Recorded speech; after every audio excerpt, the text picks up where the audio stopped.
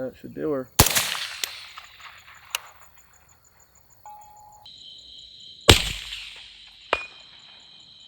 There we go, we're hitting something.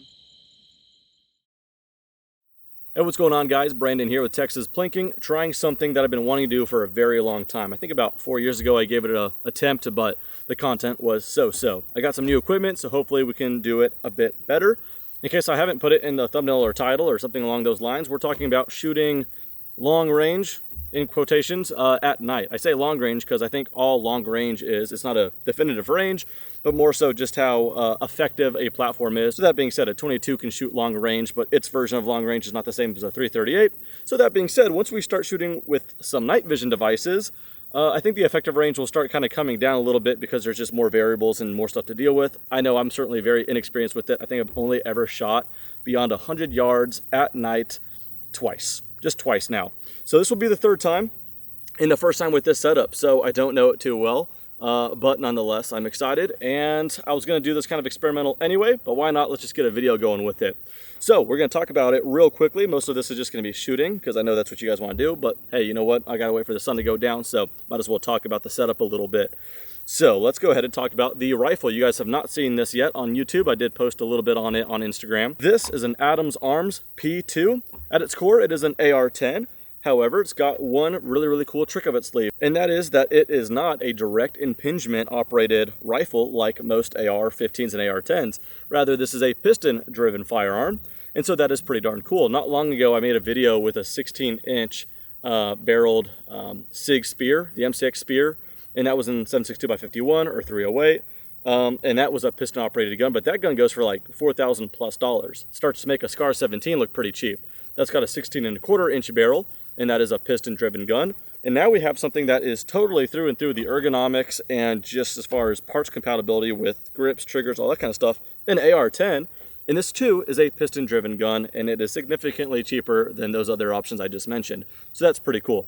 Now, this has got a 16-inch barrel, so I think that's pretty sweet as well. Usually you expect AR-10s to have longer barrels, and the 16-inch is standard for 5.56, but a 16-inch barreled 308 is so cool. I've said that before. On top of that, the handguard has got a Picatinny rail all throughout the top here, which will allow some night vision clip-on devices, and so we'll go ahead and get into that in just a little bit here. But going back to the Adams Arms P2 real quickly, I haven't seen a whole lot of content with this, so I'm excited to showcase it to you guys. I teased it real quickly. I shot 950 yards on a vertical video I threw on an Instagram reel, so check that out if you haven't already. That being said, I have shot this on another day at 950 yards, so I might just show that footage here in just a little bit, but a little bit more information on a piston-driven gun and some of the benefits it might have. It's actually what Adams Arms is known for. They make premium piston-operated ARs, both AR-15s and AR-10s of different barrel lengths. They can run cooler and cleaner and more efficiently. They minimize carbon buildup and fouling, making them more reliable over long periods of time and a longer service life, and more specifically that without cleaning. A lot of people say piston-driven guns self-clean. I won't go to that extent, but they do run a lot cleaner, and things get a lot dirtier once we run suppressed. Not as terrible with a flow-through suppressor. This, again, nothing new if you've been subscribed for a while. This is a HX762 Ti from OSS or Huxworks, so it's a flow-through suppressor. So my other day with it, I didn't have a single hiccup with it, and usually suppressed AR-10s have a lot of hiccups with the direct impingement stuff. You could get a flow-through suppressor, and that helps a lot of it, and then an adjustable, gas block. But this piston gun with that suppressor, so far, everything's great, and I haven't tuned anything. Atlas bipod, a little vertical grip here. It's a Vortex Viper PST Gen 2. It is a 2-10x32. This I thought was pretty cool. Push up here or pull down for the bolt catch, bolt release. That's not traditionally on an AR here. It's just the ping pong paddle on the left side, but they made that ambidextrous, as well as the fire selector as well. I did not change out the trigger, and I do not need to. Here's the bolt lock to the rear. I could go ahead and push this down. There's that. Put this on fire, make sure it's empty.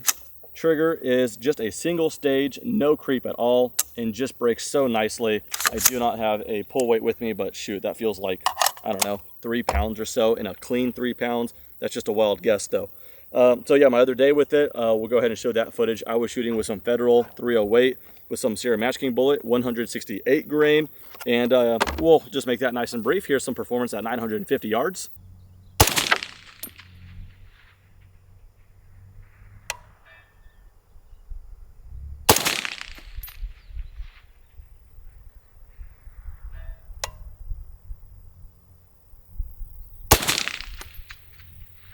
Ah.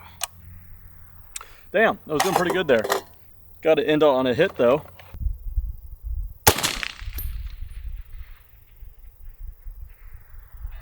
Alright, so that was my very first taste with it. I sighted it in real quickly, did like a 3-round group and was happy with it, and then just immediately just jumped to some long range. And that's my first and so far only day out with it. So now we're just going to go ahead and just get into some night stuff. Speaking of night stuff, let's go ahead and get into it real quickly. So, like I said, 2 to 10 by 32, really cool scope. This here, that's going to be experimental. I might actually just test it out while we have some light out as well, just because that'd be smart too. I haven't used this forever. It's kind of hit or miss. Sometimes it works, sometimes it doesn't. When it works, it's awesome. This is a Tacticam, so I kind of put this in reverse here, and it films through a prism, and I can still film through or look through the scope while it's filming, so you guys get a perspective of what I'm seeing.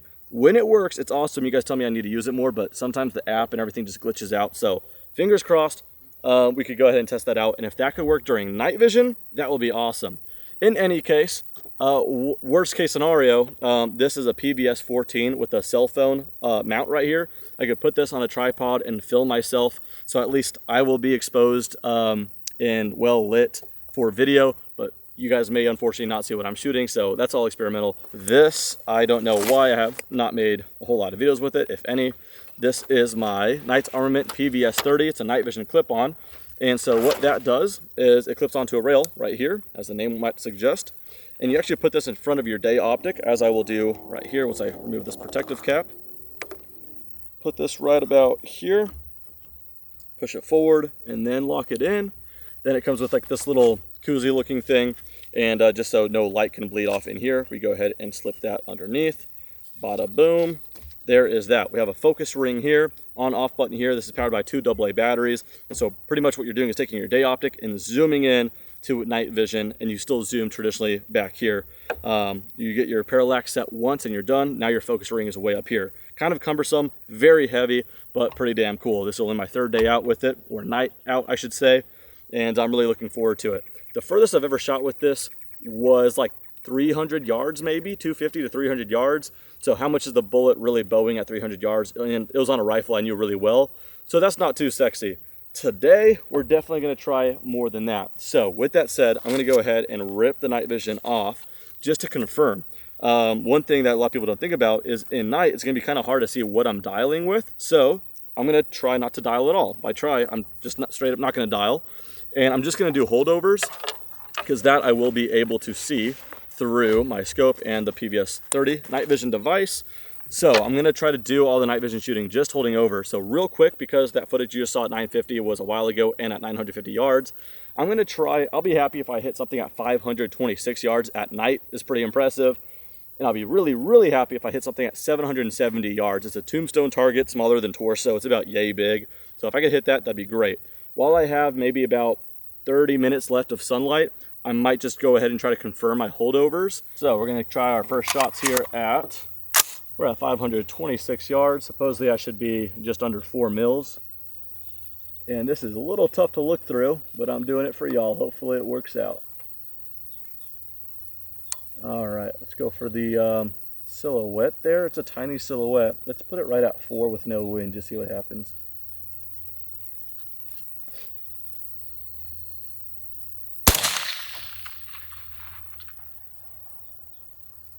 Did not see anything there. That stuff is all overgrown.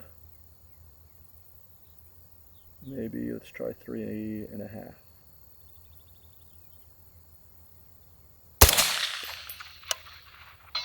All right, 3.5.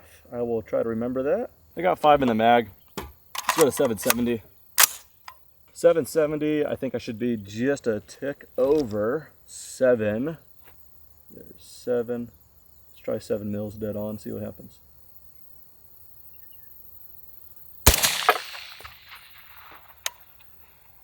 Low left, as it turns out. Let's go 7.5. Maybe favor right. Just level this thing out. 7.5 and favoring right. All right, I will try to remember that as well. So 3.5 and 7.5 is what I need to remember. Let's try that again. There's 7.5 favoring right. That was off to the left, so I gotta favor some more. That should do her. Money, baby. 7.5 again to the right.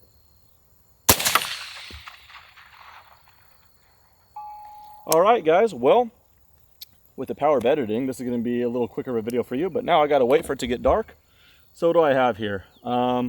We got 526, 3.5. I wasn't holding anything. Once we went to 770, I'm holding quite a bit to the right and 7.5, 3.5, 7.5. I'll remember that when it gets dark.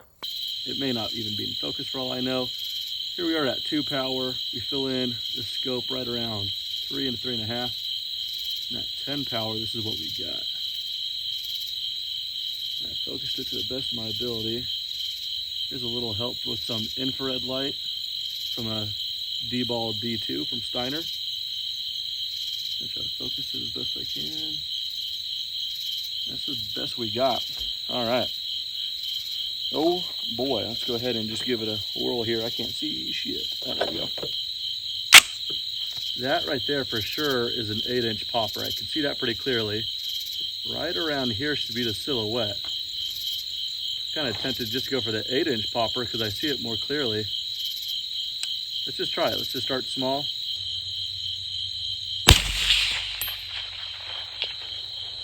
I'm hearing it hit the berm. Man, for whatever reason, I can see that more definitively. I should have maybe painted the target. That could have helped. Let's just go ahead and take another wild guess, though. It should be right about here.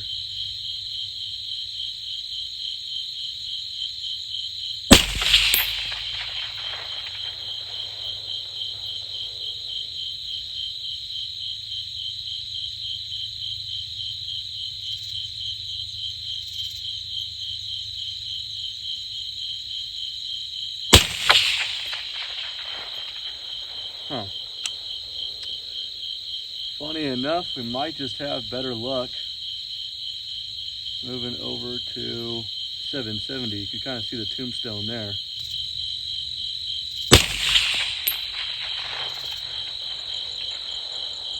Man, oh man.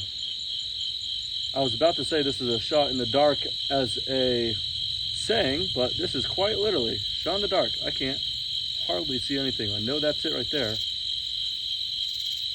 Try that again here. There it is.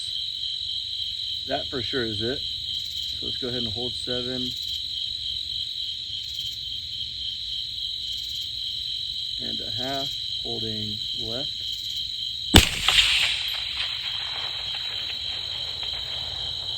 Let's try 7.5, holding right.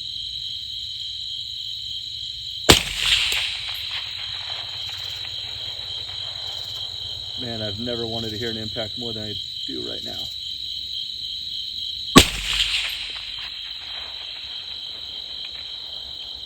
Toughy.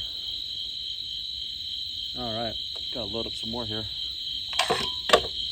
Man, what is the strategy? I feel insane doing nothing new.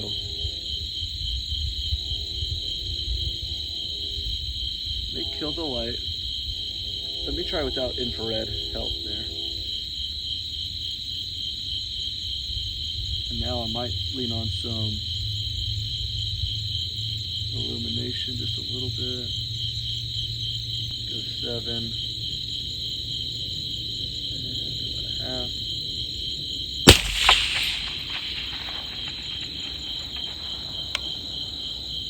Maybe there's accuracy and volume.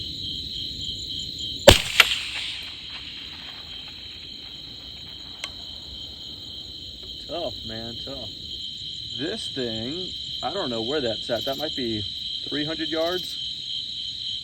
I forgot what my drop is, but it can't be too bad. Like right around 1 3/4. All right, there we go. 310 yards, I think that was.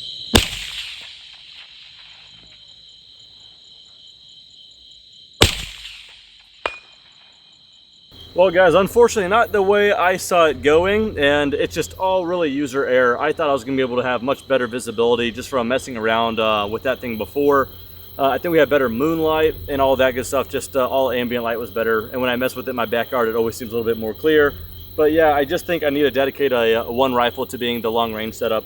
I have a piece of little Picatinny rail here, and my D-ball did not mount up onto it the way I thought it would because the bipod and the PVS-30 was in the way. So that's something I should have foreseen.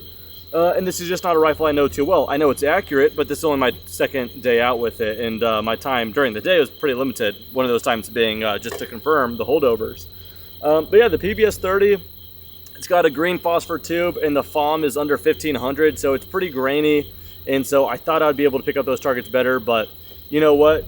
This isn't combat. Next time, if I just want to have fun at night, I could just go ahead and put little flashlights or IR flashlights by the targets, and I'll be able to see them much better. But it was like aiming at just a big green blob and just guessing where the targets are. We got some impacts at 310 yards, so new record for me, so that's nice, on an 8-inch little popper, so that's pretty cool. But, you know, missing's not the end of the world. It's just, you know, being able to correct for the misses, and I'm not able to see jack shit. So that's how it is, guys. We'll make a part 2, and I'm much better prepared. But very cool rifle nonetheless. It's kind of just user error and not really getting the most out of my equipment here. But yeah, I wanted to make it look easy, and certainly did not manage to do that. So during the day though, love this rifle, and I know it well in that regard. Adams Arms P2 308 16-inch barrel, freaking awesome. Set up this way with the 2-10 I think is really cool too for the day. We're gonna try to make it a little bit more of a Night King later, but you know what, that's what I got for now. But just keeping it real with you guys, wanted to do a little bit better than that. So maybe a lot of that has to do with having to re-zero with the Knights on, even though it shouldn't have a point of impact shift, but all of them could be a little different. So anyway, I'm just rambling at this point. That does it for this video. Thanks so much for watching. See you guys next time.